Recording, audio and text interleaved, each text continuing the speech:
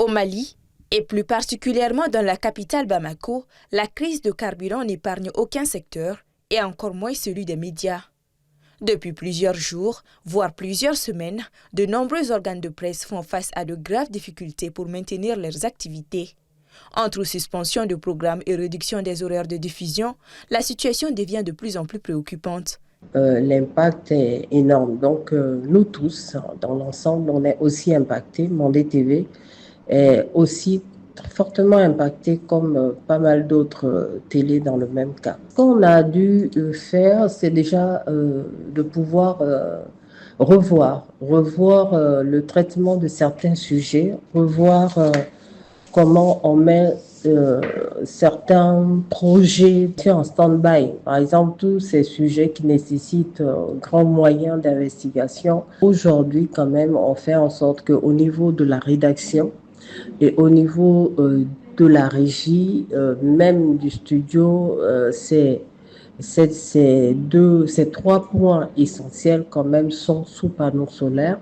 Donc, on a cette autonomie qui fait en sorte que, malgré les délestages, on a quand même de l'électricité. Dans de nombreuses rédactions, les réserves de carburant destinées à alimenter les groupes électrogènes sont désormais épuisées. Sans énergie, les émissions sont perturbées, les impressions des journaux sont impossibles à réaliser. Chacun tente tant bien que mal de s'adapter à la situation actuelle, en misant sur le télétravail afin d'honorer les rendez-vous fixés avec les téléspectateurs. Il y a une nouvelle stratégie mise en place par pas mal de rédactions, c'est le fait de travailler à distance et envoyer les articles au rédacteur en chef pour coordonner les choses. Vous trouverez que même l'infographe aussi a du mal à venir à la rédaction. Donc, généralement, à chaque fois que les responsables des médias envoient les PDF de leur apparition au niveau des imprimeries, parfois ils sont butés à ce problème également de carburant. Et au-delà de ça, l'autre facteur également, c'est la situation des distributeurs.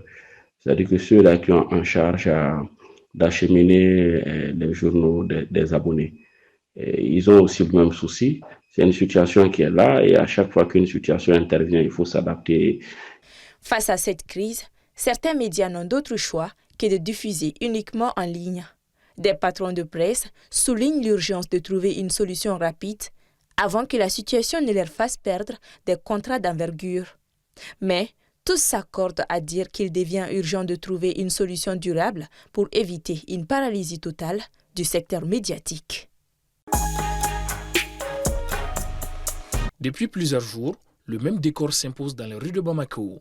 Des stations bondées, des motos et des voitures alignées sur des dizaines de mètres et des usagers fatigués par de longues heures d'attente.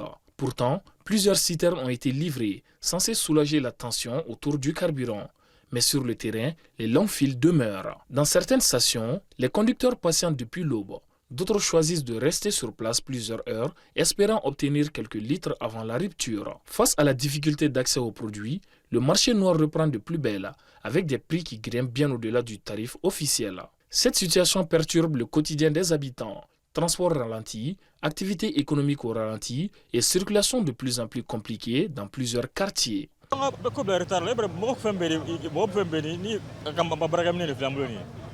Oh, ni essence tika soro ka chube chene mo ko kolmesa franchement e ka chimi na wato no mo essence ma toro aba bali amami na balma fe toro commerçant fe u kala je ko no ka do ko la ya fo me an ka hina nyoko na toro be façon imbo dinga kono quoi.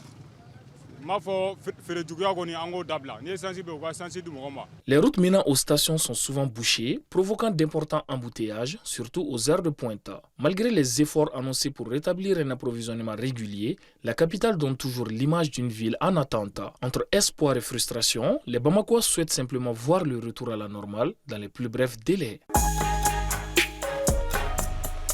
Ce mardi 28 octobre 2025, la réunion hebdomadaire du comité interministériel de gestion des crises et catastrophes s'est penchée sur les ravitaillements de certaines capitales régionales en carburant, notamment Ségou, Mopti et Koutiala.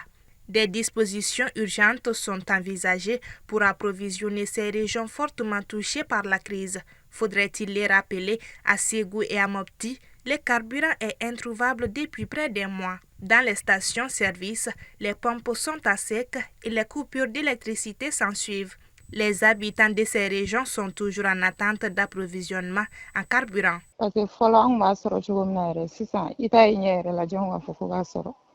C'est la semaine passée plus récemment. J'ai acheté 1 litre à 3500. La personne avait jugé nécessaire que je paye 4000 francs, mais j'ai négocié un peu. Il m'a donné à 3500. Sinon, j'ai entendu dans d'autres localités là qu'on vendait le litre à 5000 francs. Approvisionnement, à chaque fois on entend dans les rues, sur les réseaux sociaux, surtout même sur les réseaux sociaux, dans la ville même, approvisionnement, mais en vrai dire, à ce qu'ici, on ne voit rien jusqu'à présent. Jusqu'à présent, nous n'avons rien vu d'abord. Cette pénurie touche de plein fouet les activités agricoles, les transports, les activités économiques et le quotidien des habitants. Jusqu'à présent. Pour en tout cas aussi, c'est la même chose. Nous sommes toujours confrontés à des problèmes d'électricité. Mais heureusement, la semaine passée, là, donc décision pour la Fokuga et Voltagaljo. En vrai dire. Parce que c'est notamment ni fin ni malani tantôt. Les lieux sont trop reculés pour ça. À Ségou comme à Mopti, tous attendent les retours des camions citernes. En attendant, les moteurs sont à l'arrêt et l'économie au ralenti. En Côte d'Ivoire, le parti de Laurent Gbagbo PPACI a annoncé à l'issue d'une réunion extraordinaire tenue mardi 28 octobre 2025 qu'il ne reconnaît pas la légitimité de l'élection présidentielle du 25 octobre. Il dénonce un braquage électoral orchestré selon lui par le chef de l'État sortant Alassane Ouattara, candidat à un 4e mandat jugé anticonstitutionnel. Le président Ouattara a été réélu lundi pour un 4e mandat, obtenant 89,77% des suffrages, selon les résultats provisoires annoncés par la Commission électorale indépendante en attendant leur validation par le Conseil constitutionnel. Mais dans son communiqué final, le parti de Laurent Gbagbo affirme que le scrutin présidentiel prévu par la Constitution pour le 25 octobre s'est transformé en un coup d'état civil, imputé au pouvoir en place. Cependant, il annonce l'organisation d'une grande marche pacifique le samedi 8 novembre 2025 pour dénoncer les massacres de populations civiles et exiger la libération des prisonniers politiques.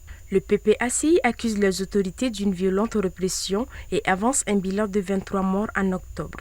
Depuis mi-octobre, les autorités ivoiriennes ont interdit pour 2 mois les marches organisées par les partis qui ne concourent pas à la présidentielle, invoquant des risques de troubles à l'ordre public. Et plusieurs centaines de personnes ont été arrêtées et des dizaines condamnées à 3 ans de prison ferme pour avoir participé à ces marches. À quelques jours du coup d'envoi de la Coupe du Monde des moins de 17 ans, prévue pour le 3 novembre au Qatar, les aiglonneux du Mali poursuivent activement leurs préparations. Installés depuis le mardi 14 octobre 2025 dans le quartier d'Abu Dhabi à Dubaï, l'équipe multiplie les séances d'entraînement et les matchs amicaux. Après 10 jours de séjour ici, le Mali a livré 2 matchs amicaux. Donc parmi ces matchs amicaux, on a joué contre les Émirats le 24 octobre passé. Donc le match est soldé sur le score d'un but partout.